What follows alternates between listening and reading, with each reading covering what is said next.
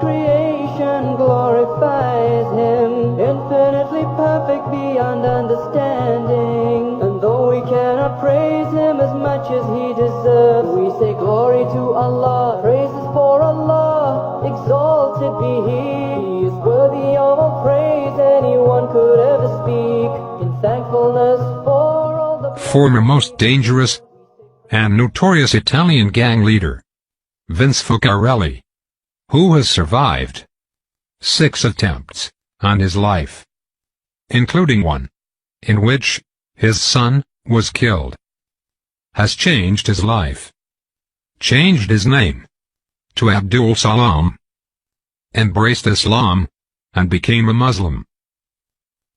Vince Focarelli, who has opened a restaurant in Carrington Street, has revealed how he has got his life back on track.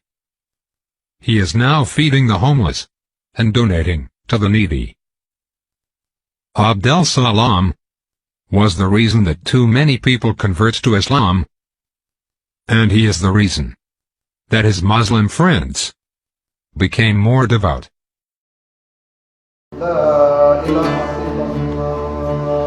So has his Islamic faith. On Tuesday nights he feeds the homeless from the rear of the cafe that serves up all types of cuisine, from traditional Arabic to Italian and vegan. We cook pasta, we make soup, we give bottled water, blankets, socks, things like that. We make a package.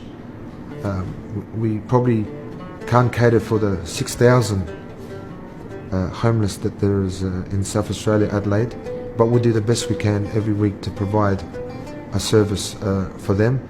He also uses his notorious past to help guide troubled youth here and interstate with a simple message. It's an evil way to live, and with evil comes evil, you know. And with evil and stuff like that, Frank, a lot of people suffer, not just yourself. It's like a domino effect, you know. You have your wife, your kids, your mother, your father, you know, your friends. It's not just you, you know, and that's where the selfishness comes in. And he counsels those behind bars who, like him, took the wrong road, like Dan. There's a mate of mine, I'm very proud of him. His name is Dan. He took the name of Yusuf. I want to send Ramadan Karim to him and let him know that all the brothers out here, I've been hearing about him. They're very proud of him for his change. What advice would you have for any young person out there today that may be taking the wrong fork in the road? It's not worth it. There's no light at the end of the tunnel, Frank. There's no pot of gold at the end of the rainbow. That's just, in my eyes, is a myth. The days of guns, fast bikes, flashy clothes that marked the bloody life of gangster and bikey Vince Focarelli are, according to him, gone. Yes, even his name. What is it today? Imran Abdul Salam, which Abdul Salam means the slave servant of peace of Allah. Although raised a Catholic in a traditional Italian migrant family, he's been a Muslim for 15 years, but admits losing his way from the righteous path he now strictly follows.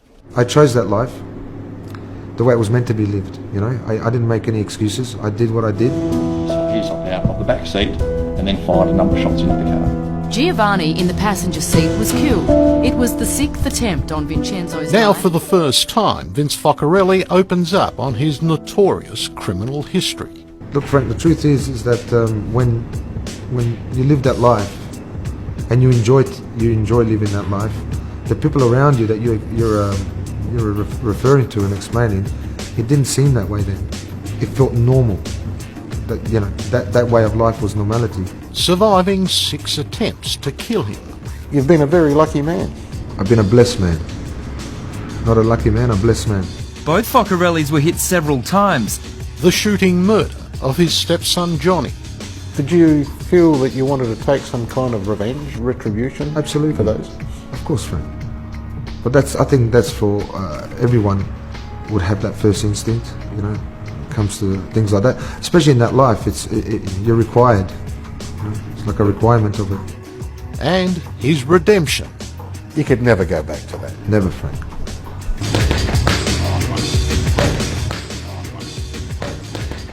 And says a combination of his Italian background and the Hollywood gangster mythology saw him take the wrong road.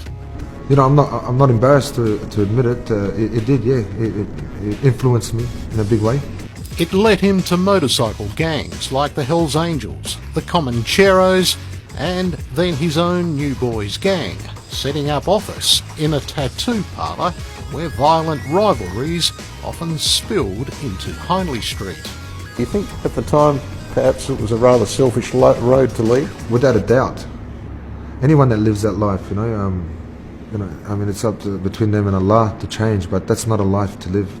You wouldn't, you know, I was educating and pretty much promoting that sort of lifestyle, recruiting, and you know, and I feel very silly, very ashamed. I have, to a degree, I don't think much of it because that was my journey. He won't talk about the gangs in any detail, nor why they wanted him dead. 2 Hells Angels associates blew themselves up trying to deliver a bomb to his home. Were you living in fear yourself after all that? Look, Frank, like I said, the best way I can answer that fear factor wasn't as great as it should have been, because then, you know, maybe the decisions would have been made a lot simpler.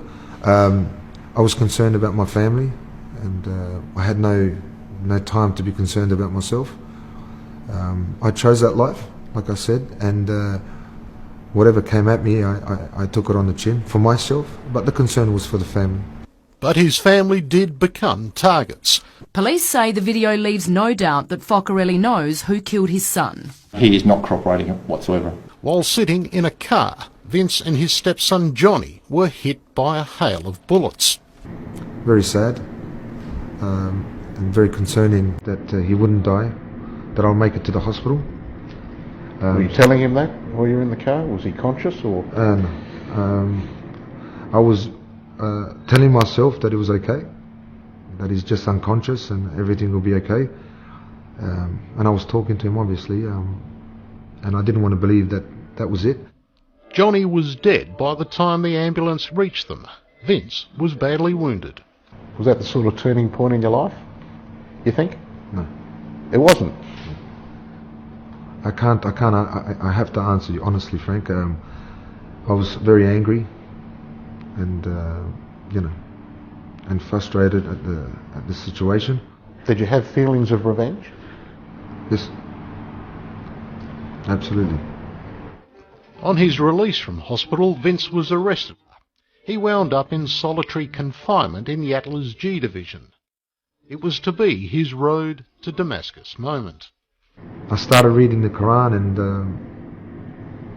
and a lot of things spoke to me in regards to my life. You know, you can't delay it, or you can't prolong death, but everything is written. Allah has written it.